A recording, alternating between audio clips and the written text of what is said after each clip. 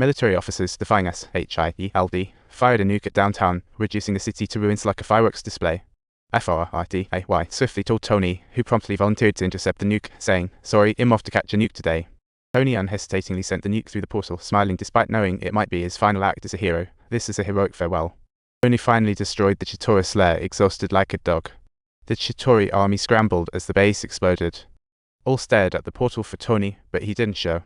Captain America thought, "Now I need a new leader."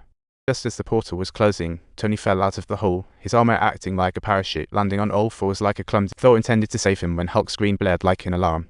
Tony was unconscious, and all were ready for a memorial service rerun. Hulk roared mightily, and the audience caught the finale, making it a thrilling variety show.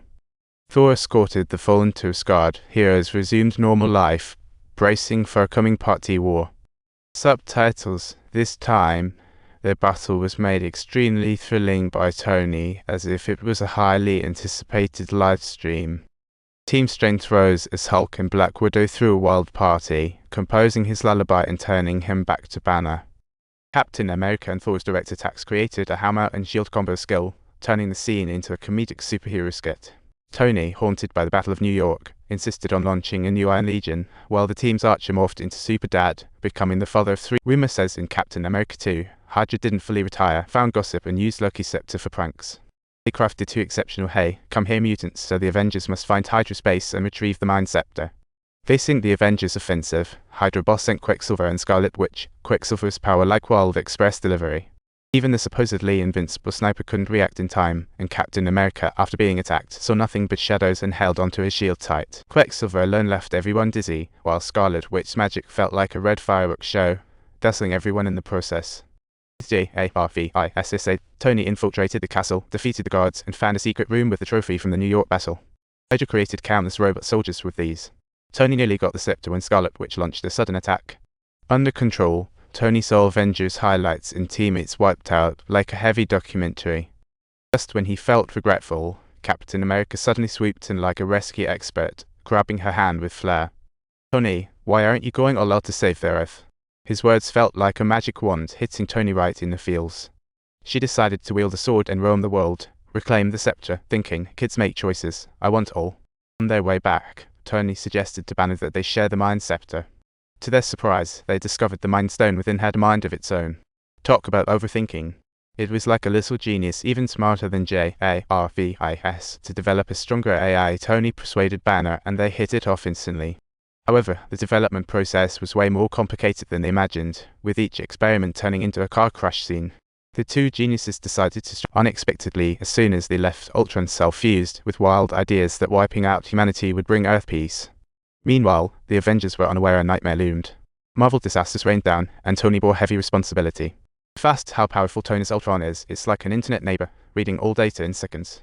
He could freely traverse the net, reaching any location he desired, with the goal of his self-consciousness being to destroy all leisure spots. When JARVIS sensed something was wrong and tried to contact Tony, Ultron swallowed him whole, causing a system crash.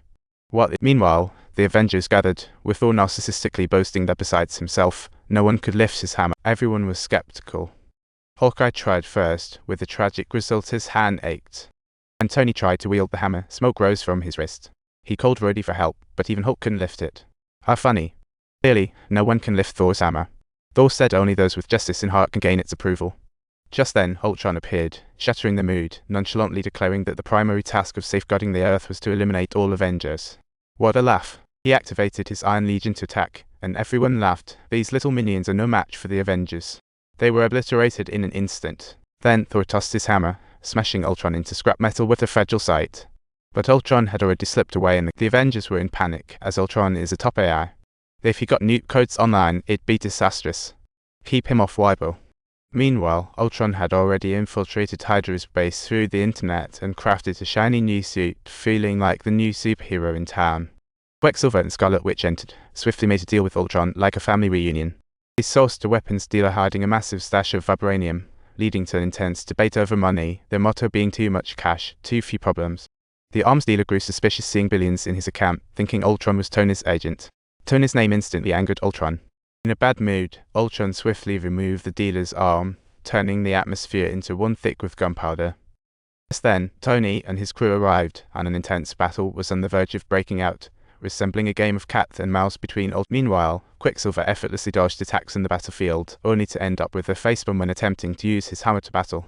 Thor initially worried whether humans could handle his illusions, only to get hit on the head instantly. Humans are always due for more.